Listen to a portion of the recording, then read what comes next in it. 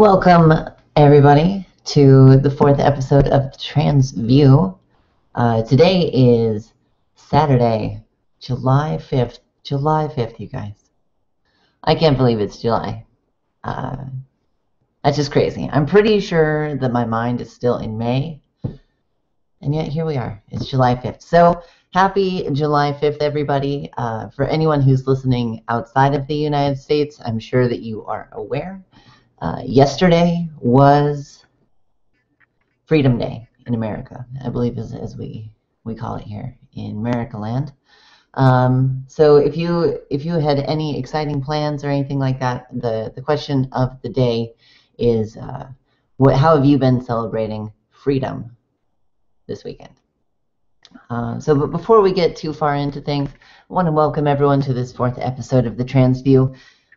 You'll notice that today it's just me, and that is because it is a holiday weekend here in the States, so our other co-hosts have been granted a reprieve from appearing on the show this week. But we will be back next month. I'll be sending out an invite and all sorts of things about that, so look forward to that. We're going to have a full show next month. This month we're going to have a slightly different, format of the show. And part of that is going to be that it's going to be a little bit more condensed since it's just me. So we're going to be here for half an hour. We have a lot to talk about today, so we are not at a lack of content, even though we only have one host.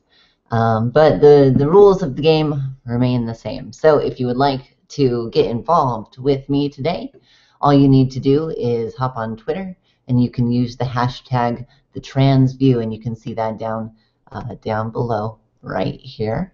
You can tweet at me at Grishno. That is me, Aaron, aka Grishno. I'm here with my lovely wife Morgan, who is helping me out with some of the behind-the-scenes stuff today. So go ahead, and if you would like to respond to any of the questions that we have, if you want to get involved in the conversation, hop over on Twitter, use the hashtag #TheTransView. You can also post a comment if you're on YouTube, and we are monitoring that comment section there. We can be featuring different things, so we'll look forward to interacting with you for the next half hour or so. I'm not sure if everyone has seen this, but this is a present that Anish gave me. I love this thing. This is going to be helping me out today because we're going to need some coffee. All right, so there are three things that I wanted to talk about today. I guess four, really. But sort of my intro today has to do with the holiday that we all got to celebrate yesterday. And by we all, I of course mean Americans, although non-Americans are of course welcome to celebrate Independence Day. So in this country, there is this big emphasis on freedom, and we are a free people, and all these different things. And we have this one day a year that we get to come together and blow shit up in order to celebrate that. We drink beer and we have barbecues and all these things. But I think what's sometimes lost and what people don't always appreciate is the fact that we are very free in this country. And that's something that I think has a big impact on the trans community, and something that I don't ever want to take for granted. So just the fact that I can even transition and not have to necessarily fear for my life. That's not to say that everything's always been easy or peachy or whatever, but it does mean that I don't have to worry about being arrested and thrown in jail, or given the death penalty, or being stoned to death, or anything like that for being who I am. I have the freedom to do that. And that's not something that everyone in the world has. And so it's something that I want to make sure that I remember and focus on when I'm celebrating this country and the freedom that we have here. So that's sort of my thoughts around Freedom Day. But I would love to hear what you think, and if you'd like to get involved again, you can just head over to Twitter. You can post a comment down below if you're on YouTube, and you can use the hashtag #TheTransView. So a couple of the things that we're going to be talking about today. We have three topics. Oh my goodness, three Amazing topic. So the first one is about Obama, President Obama here in the United States, using the power of the pen, aka executive orders, aka, if you are the House of Representatives, uh, tyranny.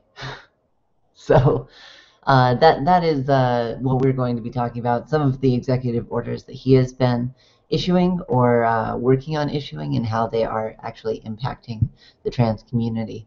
One of the other things that we'll be talking about today is one of the largest studies of hormone replacement therapy has actually been released, and they have some findings that you may or may not find surprising. So stay tuned for that, and we'll be talking a little bit more about the study and what they found later in the show. And then the last thing that we're going to be talking about today is, and I'll just throw out a trigger warning right now for this, but we are going to be talking about violence against trans women, and some of the videos that have been surfacing on Vine this week, of trans women in Georgia being stomped in the face. It's pretty brutal. And so, we'll be talking about that and sort of the reaction that the community has had to this event. And so I look forward to all those different conversations. But again, we start today with President Barack Hussein Obama and his tyranny of the executive orders. Now, I guess I'll just get right into the quote, but this comes from Rolling Stone magazine, and if you're not familiar, can you grab me that actually? If you're not familiar with Rolling Stone magazine, I am, because at one point in my life I was actually in Rolling Stone's magazine. This one, 2007 hot issue. Oh man, we're gonna have to. I have 2 copies of this thing, and it's incredible. Man, I'm getting distracted by finding it, but I'm in here with my pants down, injecting myself in the leg. So I'm a fan of Rolling Stones magazine, and that is where the story comes from today. So what we hear is at the White House press reception on June 30th, and I actually have a couple friends who were at that reception. President Barack Obama expressed his intent to issue an executive order that would extend employment protection to federal employees on the basis of gender identity, making it illegal for federal agencies to discriminate against transgender and gender nonconforming individuals. It's also worth noting that this follows a 2009 executive order that extended these same protections to employees based on their sexual orientation. So there are a couple of things wrapped in here that I want to talk about. First off, it took us 5 years to get gender identity added on. Like, sexual orientation was already out there in 2009, but here we are in 2014. And if anyone thinks that the T is always being dropped, look no further. But better late than never, I will say.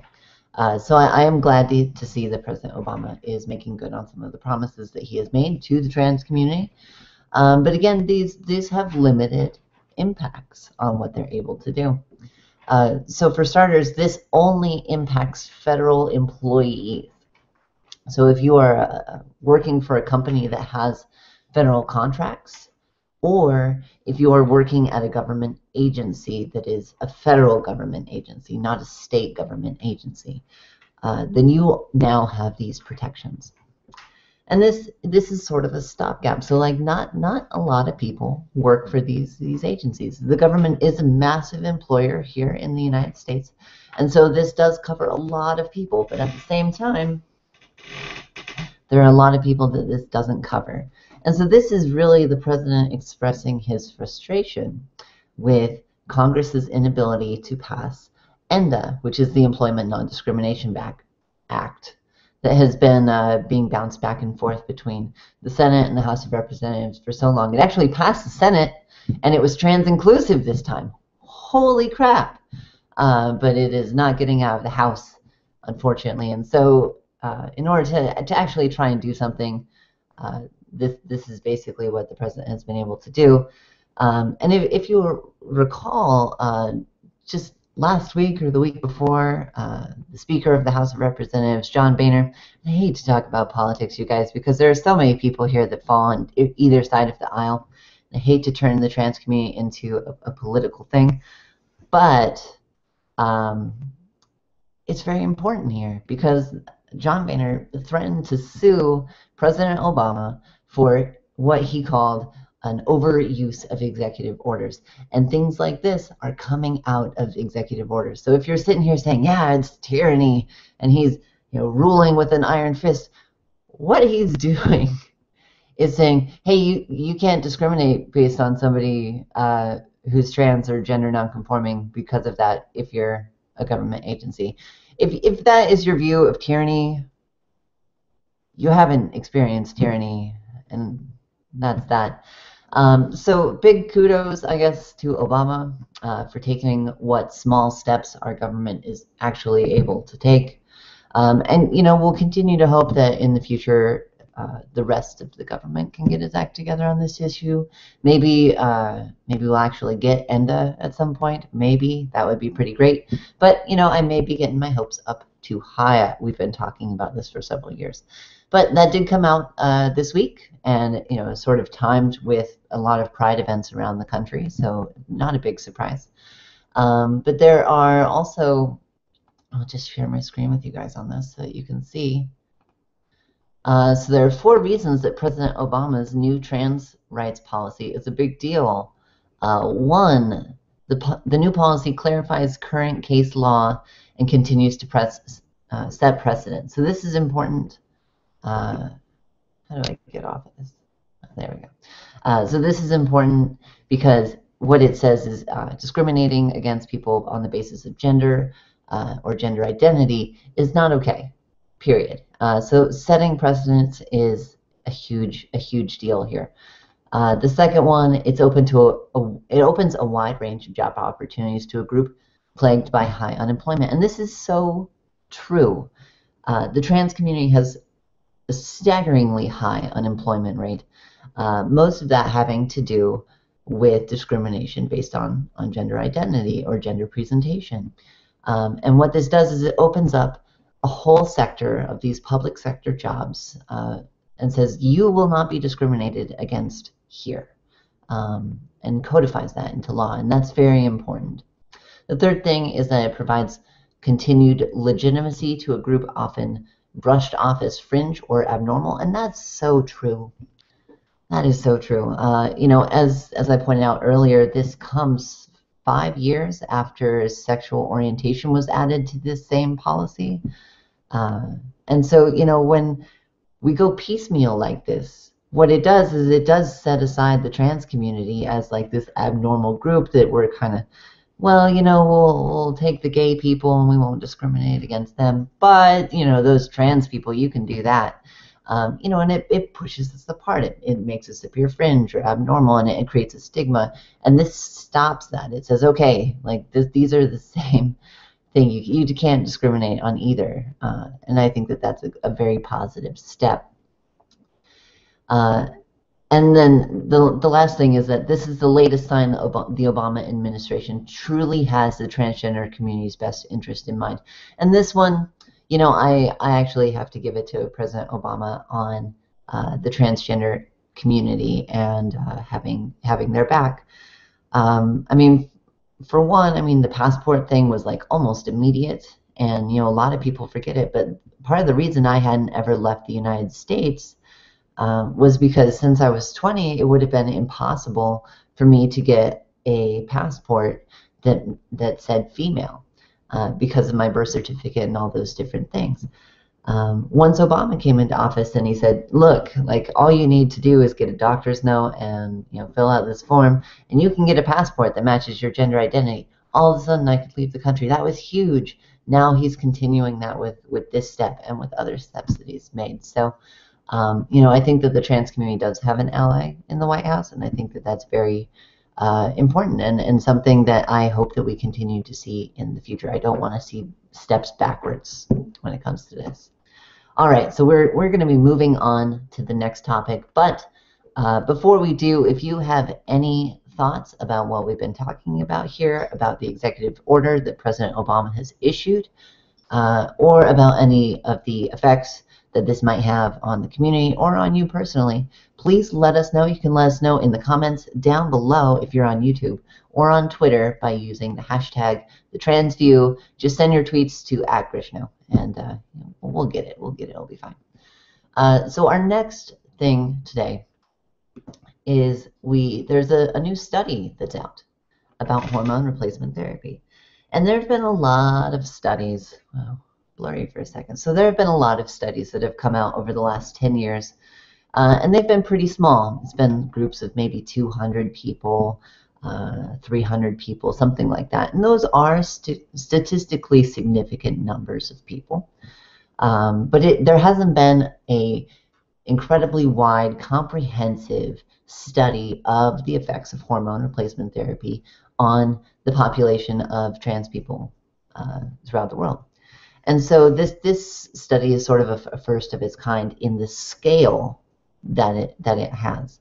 And you'll remember that a couple of years ago there was another study that came out, and this one again was a smaller sample size, a couple hundred, but it said that hormone blockers for trans youth are safe and okay, and that's a huge deal. If you can say definitively that blockers are safe and that they're not permanent effects and that it's reversible, but all it does is delay puberty until that person can decide or is at the point where they are ready to undergo hormone replacement therapy.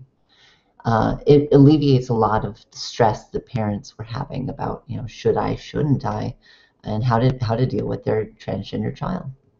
And so this study now comes out, and this one is just for hormone replacement therapy. It's not for blockers or anything like that. It had over 2,000 patients in 15 US and European centers. And the study was over the course of a couple years. Some of it was retroactive and some of it was ongoing. The principal investigator, whose name is Henk Esterman, and I apologize if I am messing up that last name, it's very likely. And what he says is our results are very reassuring. There are mostly minor side effects and no new adverse events observed in this large population. And so what that basically says is hormone replacement therapy is safe. In other breaking news, the sky is also blue and fish swim in water, but I'll take it. Like it's a large-scale study across multiple nations that basically comes out and says there aren't any major side effects. And that's not entirely a true statement. There are some side effects that they did observe, and so there's one called, and I'm gonna mess this one up, so I apologize, but it's called venous. Oh man. All right, venous thromboembolism. Man. All right, so you can Google it if you can spell it. But basically, that occurs in 1% of persons undergoing male to female transgender transition, and this was due to the estrogen treatment. What's important to note here is that this 1% finding is actually much lower than other studies have found. And so other studies saying, hey, hormone replacement therapy is safe, have found it to be like around 3%. And this study comes out and says, actually, we found it much lower. It's about 1%. But that to me is why it's so important that if you are going to be on hormone replacement therapy, if this is something that you want to pursue, that you do it with a doctor's supervision. And I understand that it's not always possible, because it wasn't always possible for me. But it's so important, because if you're that one person in 100 who is having a serious condition, you need to have this monitored. You need to, there are things that can go wrong. So just because it's safe does not mean that you should go all willy-nilly and start upping your dose or whatever, but it does mean that doctors are going to be much more liberal, I guess, in prescribing this, because it is something that is seen as safe. So we look forward to that. This did study both male to female and female to male, And what I thought was so, and I apologize. Earlier I said it was a couple years. It was 5.6 years that they followed the average male to female person, and the average male to female, and the average female to male person they followed for 4.5 years. So these were long-term studies with large amounts of people. So I think that's pretty cool. If you have questions about this, you can find this on medscape.com. All you need to do is search for transgender hormone treatment, and it will appear there. Oh my goodness, do we have? No, it's just me. We're just following me. So again, if you have any questions about this article, if you have any comments, if you want to let us know how long you've been on hormone replacement therapy, whether you're on it, whether you think it's safe, let us know. And you can do that by tweeting at Grishno using the hashtag #TheTransView, or by leaving a comment down below if you are on YouTube. Oh man, so we have 9 minutes left today. These short episodes, they go by so fast, you guys. I told you I was going to need this today. Also, look at the back of this cup. At Grishno, the TransView. The TransView. I love this cup. I love this so much. All right. So our last thing today, and again, for anyone who is just tuning in now, I'll go ahead and preface this section with a trigger warning. We are going to be talking about violence against transgender women. So if you are triggered by this sort of thing, I suggest that you come back in maybe 9 minutes or something for the last minute. But if you're not, if you want to stick around, I'd love to have you. All right, so this week a video came out. It was posted on Vine in a couple different sections, and Vine does these like 6-second videos. So it came out in like 3 to 4 6-second videos. It came out of Georgia, and there's been a couple attacks on transgender women there, especially in their public transit systems, that have been videotaped and posted online that have been pretty brutal. So to get another one coming out of the same city is pretty disturbing. The video, if you can see different places that have spliced all the different Vine clips together into one video, shows a transgender woman who is yelling. She's obviously very upset. She's swearing. Something has upset her, and she's yelling at this group of people. And then a large man throws her to the ground and proceeds to stomp with his entire weight onto her face with his foot. And this, so I posted about this on my Facebook page. I posted this and I said, violence against trans women needs to stop, because we're seeing so much of this all the time, and it's so disheartening and traumatic to the community. Like these things happen so often that it's almost desensitizing in how often you see them. You're like, oh yeah, another person got attacked. That's fucked up when that's your reaction to these sort of things. And so, I posted this, and immediately people started posting things saying like, well, she was kind of asking for it. And then I go to the link that I had actually posted, and I'm looking at the comments on the page that had this article about the attack. And the comments, and God, you should never ever go into the comment section online unless it's my comment section on YouTube, in which you should be down there right now. But any other comment section is just the worst. So I was looking down there, and about half the people are saying she had it coming. Look at her throwing off her mouth or whatever, or like it's her fault because she was asking for it. She was being obnoxious and yelling and belligerent and all these things. And I just have to stop you there, because if you're blaming somebody who is the victim of an assault like this, you are literally victim blaming, and that shit is fucked up. Period. Sorry for the 18+ language, but that pisses me off so much. And I understand where it's coming from too. It's coming from this place where you know, if we other this victim, if we say, you know, she had it coming because she did this, what it does is it makes me feel better because, hey, look, I'm not doing that, so people won't attack me. And it makes me feel safe. I'm not asking for it. I'm not asking for it. She was. And it makes it not my issue. It makes violence against transgender women not a threat against me because I'm not asking for it. But violence against transgender women is all of our problems, whether we're asking for it or not. Assault, period, is assault. And this is assault. I was reading another article about this morning, and the police have not done any investigation into this case so far. And the reason that they've given that they're not looking into this case is that this transgender woman has not filed a complaint. They are aware of the video. What they've said is that we're aware of this video. We've seen it. We've seen that there's an assault. We're not doing anything about it because she hasn't come in to complain. Now, the trans community historically has a very bad working relationship with the police, and this is understandable.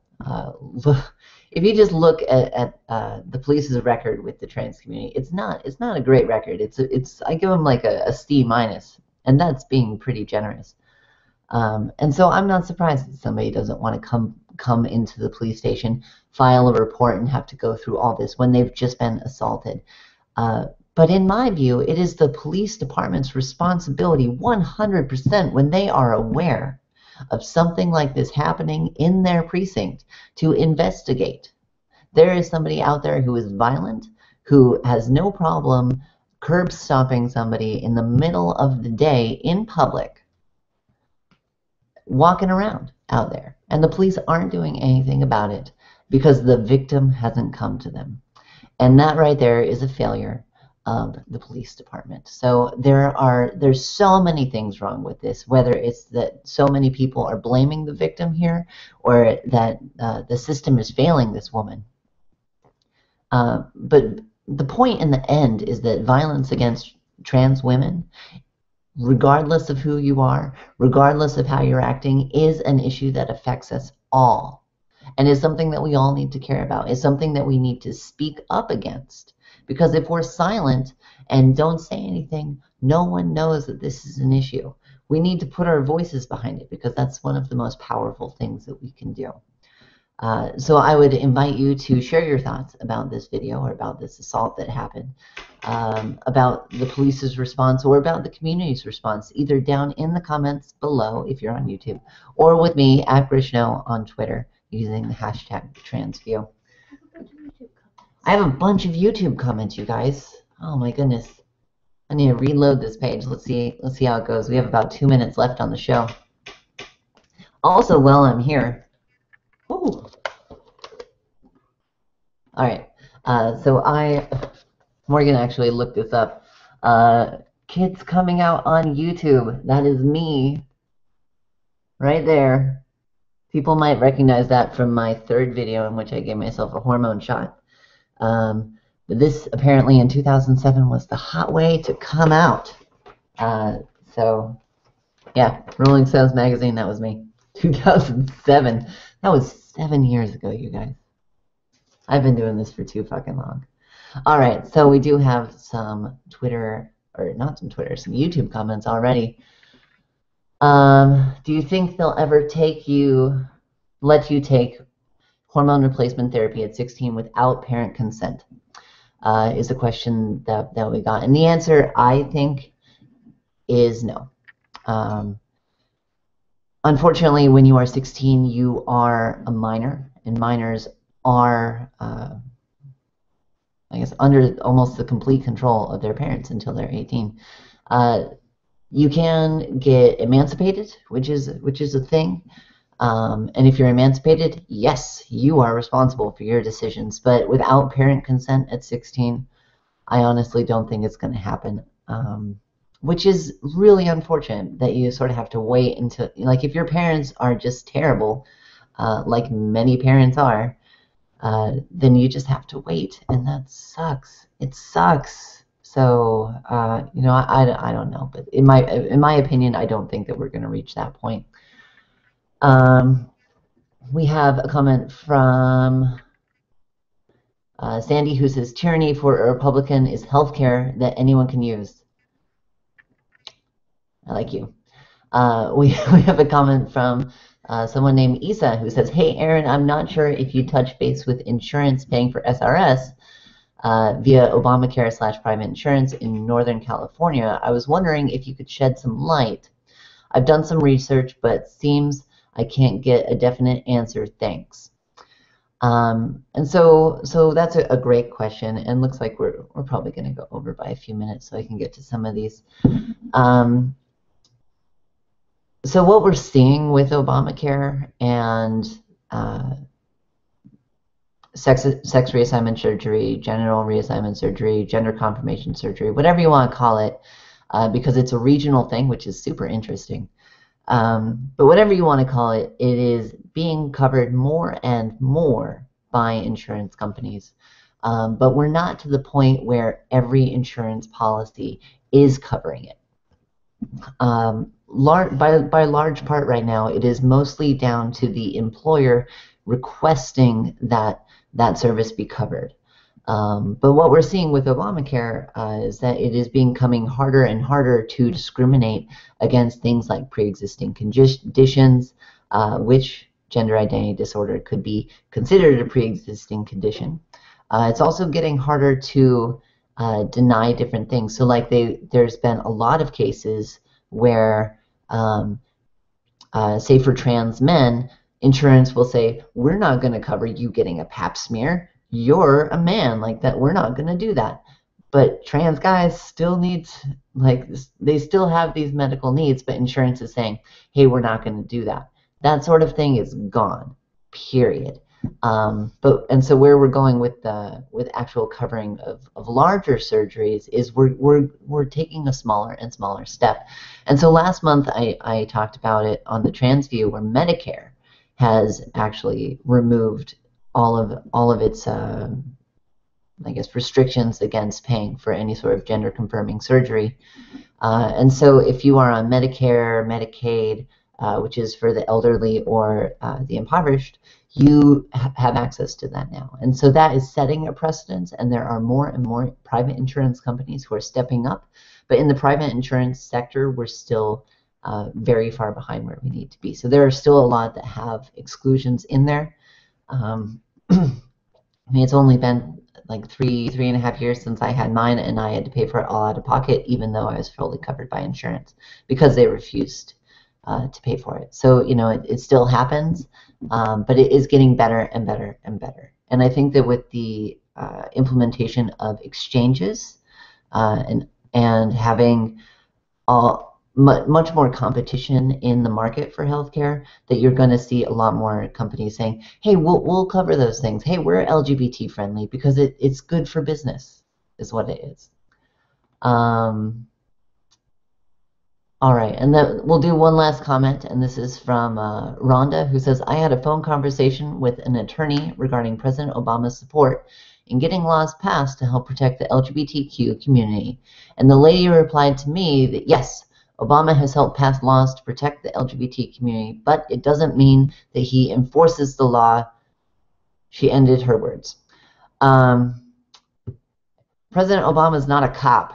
It's not his job to go out and say, like, hey, you know, did you fire that trans person because they're trans? It's not his job. It's the EEOC's job, and you know that is a federal agency that is under the authority of the president. But what we have seen is that those agencies are doing their jobs, especially the EEOC with its ruling just a couple years ago that qualified gender identity as part of gender, and what it said is that you can't discriminate against somebody on the basis of gender identity, because that is discrimination on the basis of gender, and gender is already covered and you can't discriminate based on that. So what it said is trans people are already covered by this sort of thing, and they've done a great job of following up on that. There's been a lot of cases that are successfully brought against companies who have engaged in discriminatory hiring practices. But the big issue with that is that it's really hard to prove that you've been discriminated against in the hiring practice. So if you go in for an interview and you don't get the job, and it was because you were trans, how do you know that? How do you prove that? The burden of proof is yours, and it's really hard to prove that. And so it's really hard to bring a case, and I think that's an issue that might warrant further attention in the future, is shifting the burden of proof away from the victim. Because especially with the trans community, it's very clear that employment discrimination is a real thing in this community and is impacting the community in a very real way.